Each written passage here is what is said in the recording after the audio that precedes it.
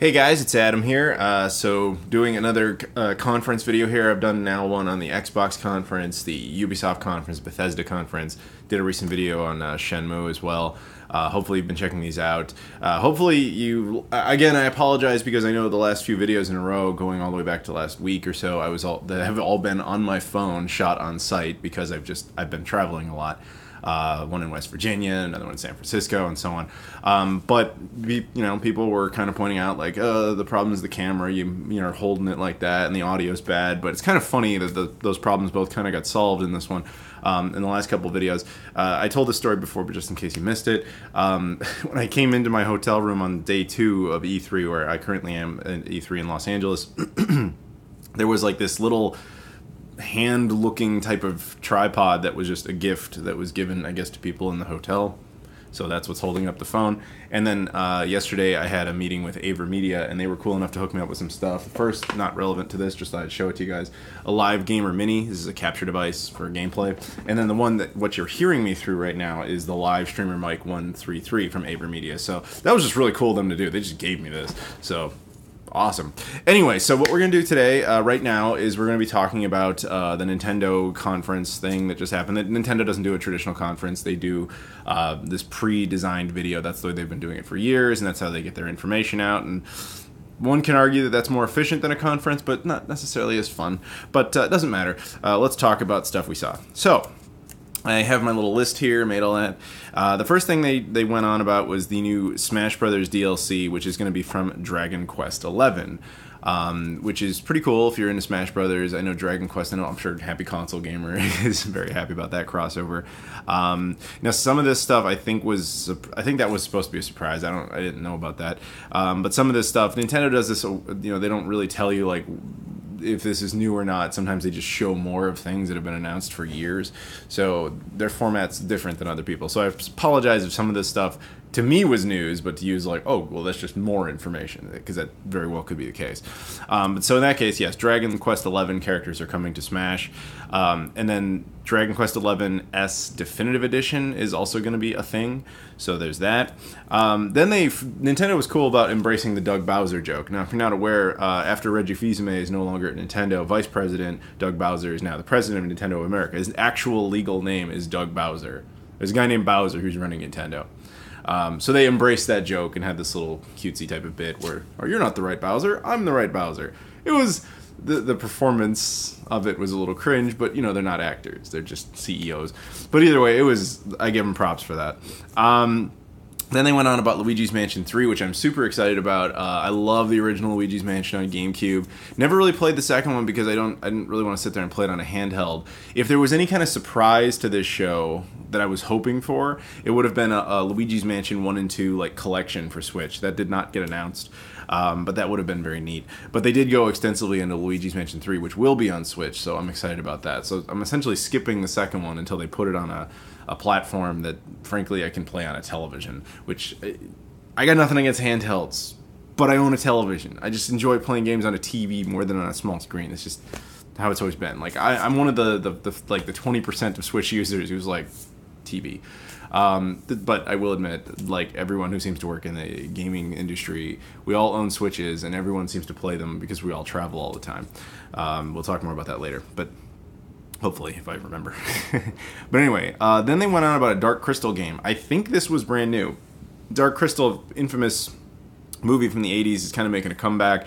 Has a Netflix series coming. They're giving it like what looked like a turn-based RPG type of thing for the Dark Crystal. That will be, I guess, on Switch as well. So, hey, that's pretty cool. Then they showed us more footage of the Link's Awakening remake, which is a cool game. I actually... that game, I watched a video on that game recently. I think it was Gaming Historian. Norm did a great video on it. He always does. And it jarred my memory. I think I actually played Link's Awakening when I was a kid. I'll probably tell this story someday when I do the Game Boy recap, but long story short, I owned the original Game Boy, like the gray version, very briefly, and the only game I had for it was Link's Awakening, and his video along with this really kind of jarred my memory of that because I had kind of forgotten that. So it'll be kind of cool to, if playing this version, see if it kind of brings anything back, but more on that at some future point. Then they talked about the Trials of Mana, which, again, I think was a game that had already been announced, but now I think they were just showing more information on it. I could be wrong about that. The whole Legend of Mana series and that type of thing. Again, you guys know me. RPGs have never really been my thing, but if you're into it, like, you guys, this was probably a good show if you're an RPG fan, because there was a lot of stuff that came of it. Including right after that, they also talked about the collection of Mana, which is a bunch of the Legend of Mana or Secret of Mana games, I guess, all in one collection, or at least a bunch of them. So that'll be a thing. And then they talked about Witcher 3 coming to Switch. Now I think this was all but confirmed already if it hadn't leaked a bunch of times. So shout out to my buddy Fox, because I'm sure he'll be very excited about it. This was, as I sat there watching this particular one, I wasn't shocked, but I sat there and I just went, the Switch is rapidly becoming what I think Nintendo always wanted the Wii and the Wii U to be. In debatably becoming the greatest game console ever produced, which is a bold statement, but hear me out. Nintendo, one of the strategies they had with the original Wii, though it didn't really pan out correctly, was if they had older hardware to compete against that current gen, they could essentially absorb and become the nostalgia console for the previous generations, and they could have re-releases of the content of that generation, of the 6th gen, just applied to the 7th gen, and it would be more socially acceptable because of the capabilities of it.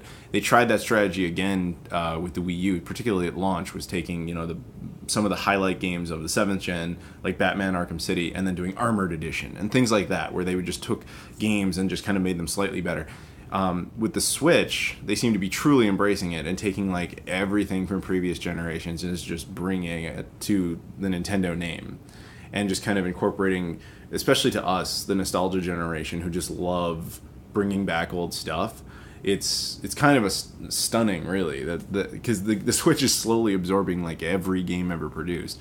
Now, obviously, it will continue to run into a wall of future stuff, but Nintendo has made it very socially acceptable to re-release games over and over and over again and get us legitimately excited. And I know I'm guilty of that too. It's kind of fascinating when you think about it, because all the new content for Switch is typically Nintendo first-party stuff, and then a lot of the third-party stuff seems to be a lot of re-releases. Now, obviously, there's plenty of exceptions in there, but if they announced Witcher 3 was coming to well, I guess they can't announce that it would come to PS4 or Xbox One. If they announced it was coming to Stadia or something, how many people would care? But the fact that it's coming to Switch is legitimately exciting to people. It's interesting. It's kind of the Nintendo console that I think everyone always wanted. It kind of appeals to everyone. The only thing it's missing really is greater sense of power, which unfortunately was never addressed in this particular thing. So all the rumors of a more capable Switch was not ever addressed. Anyway, that's just a side thought. Back into the gameplay, though. So they showed off Fire Emblem Three Houses, which I believe we knew about, but now I think it has a full name. I'm sorry if I missed that before. Then they went on with Resident Evil. Okay, so this was interesting. So they shot this, they were talking about how they were trying to show the portability of the Switch, and so they had this little thing where these two people like went into a spooky house to play Resident Evil Origins collection on the Switch. And I went through two processes in my mind. I sat there and I watched, I'm like, this is pandering, man. This is like, who the hell would do this? Who would just like, I'm going to take this Switch and I'm going to go play in an abandoned house. At first I thought that was really dumb, and then I sat there for a second and I was like, wait, I did that. I did do that, actually.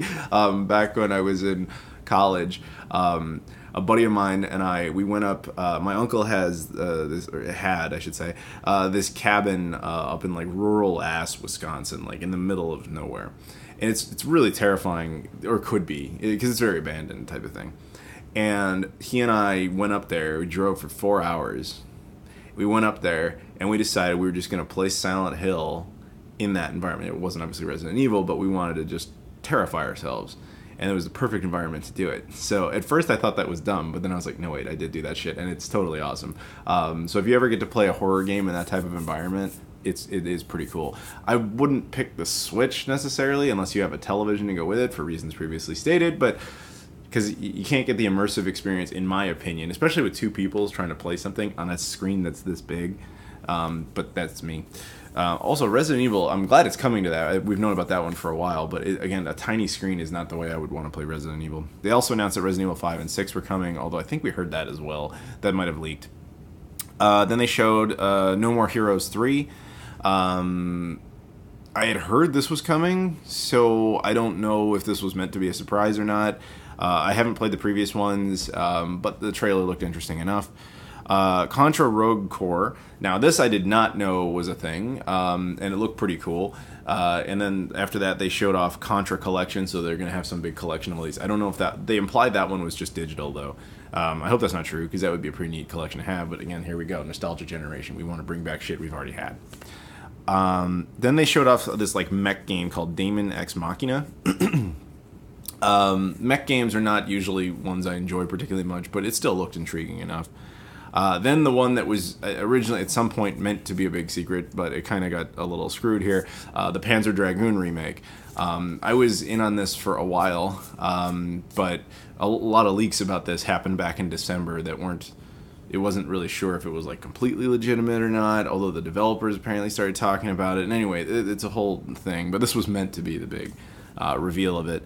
Yeah, so Panzer Dragoon fans, much like Shenmue fans, Phantasy Star fans, never give up. And I've been telling you guys this for the better part of a year, ever since I've started working with Sega. They are really trying hard to fix their image. They're trying to really make their fan base happy. And it's amazing what you can do with organization. Not shouting at them about games, but like, you know, having a plan, basically. Having an organized fan base that isn't insane. And just showing that fan base type of love to them. It's amazing what that will do, rather than just making Sonic jokes all day. So, and that applies to everybody, all the game companies, you know. But yeah, so keep it up, guys. Again, I put out this... I remember putting out a tweet about this, like, when Shenmue was first announced publicly for re-release, about saying, you know, support it, because you don't know what it could lead to. What I was kind of trying to allude to is more franchises being resurrected. And they have listened to that to a large extent. I mean, Streets of Rage 4, of course, is a thing. Yeah, so keep it up, guys. I'm telling you, they're willing to listen as long as you don't come at them like psychos. But anyway, so that's that. They showed more of Pokemon Sword and Pokemon Shield. Cool. I'm not a Pokemon dude. I can't read my own handwriting on this one. I want to say I wrote Astral Chain. Sorry, I don't remember this one at all. Empire of Sin? I don't remember that one either. Marvel Ultimate Alliance. Actually, to be honest, though, around that time, my video stream was getting very choppy and shitty, so I couldn't really see anything anyway. Sorry, guys. Marvel Ultimate Alliance 3. I don't remember really getting much out of the first two games. And obviously this one, they're embracing more of the movie type of lore, as in what people know, so it's all about Thanos and stuff like that. So if you like those games, I'm sure that would continue to be just as good. Then they showed a Sonic Mario Tokyo 2020, the Olympics game. I'm you know, the old school fan of me is very happy that Sega and Nintendo work together, because whatever. Although we're way past the point of that mattering. I mean, they've been allies longer than they've been enemies at this point, almost, I think. But I still wish they could do something more than just an Olympics and Smash. Hint, hint, people at Sega. Anyway. And then Animal Crossing, they showed off a lot more of that. It's also getting delayed, apparently, for refinements and so on and so forth. So, sorry, Kelsey Lewin. I'm sure your Twitter and everything has to have blown up by now from this. Then they had this giant blast of a whole ton of games. There was no way to conceivably write them all down and give some sort of articulate opinion. You know, they showed that other games like Minecraft Dungeons are coming to that, so that dispels any possibility of it being an Xbox One exclusive or anything like that. They also showed Alien Isolation. I remember that one coming to Switch. Again, that's kind of what I was talking about before. The Switch is just becoming like this magnet for all sorts of game content from many generations. So interesting. Then they did one that was kind of another kind of exciting. They did two more exciting reveals. One was that Banjo-Kazooie was going to be in Smash Brothers. That's cool because they've always felt like Nintendo characters because they debuted on the N64 and everybody always assumed they were, but they were actually Rare characters, so they're owned by Microsoft. But the continued relationship of Microsoft and Nintendo working together has obviously opened that door. And we'll see what else, blooms from that. Who knows? Maybe Conquer will show up at some point. I'm always wanting Conquer back. But I like to continue to see them working together because they can resolve certain things. Rare Replay could always, who knows, it could end up on the Switch at some point. And I'm always curious, like, what Nintendo might give back to Microsoft on that, and who knows. I did a video on that a long time ago, and what possibly could occur from that in a fantasy world, essentially. And then the last thing they did was just, this was both good and bad, because obviously everybody's excited about this, because it's just, it's a big announcement. But this, to me, it's better than the Metroid Prime 4 announcement, which was truly done as like a stockholders type of announcement, just to, hey, get the fan base excited, because if they're excited, then our stock goes up, even though we don't have to prove anything, which was basically what happened when they announced Metroid Prime 4. This one was better than that, but it was kind of similar. They announced that the direct sequel to Zelda: The Breath of the Wild was in development. But they did show some type of footage, as opposed to the thing with Metroid Prime 4, which was basically just a title. Now, I don't doubt for a second that this game will be made, don't get me wrong. In fact, I say the same thing for Metroid Prime 4. It's just a difference of when you announce it. But yeah, cool. Zelda Breath of the Wild sequel is in development, so you guys have that to look forward to. We all have that to look forward to. But yeah, that pretty much did it, and then they just went and started doing their Treehouse thing, so yeah. Now I'm going to be heading over to the convention and all that stuff. Once again, I want to thank Abra Media. That was really cool of them to do this and provide the mic. I hope you guys like the audio. Maybe in theory in the future we can, I don't have to do this vlog style when I get home. Maybe we'll start upgrading all the setup. It'll be really cool. We'll see. Please go, if you don't mind, guys, check out the previous videos on all these conferences. Like, subscribe, all that stuff. I hate saying that. You guys know I hate saying that, but I really do appreciate it if you hit like and subscribe. It really does help the channel out. And as always, follow me on all the social stuff. It's all in the descriptions, and I'll keep posting about E3 throughout the time I'm here. And yeah, that's it. Thank you very much for watching, and I'll see you all later.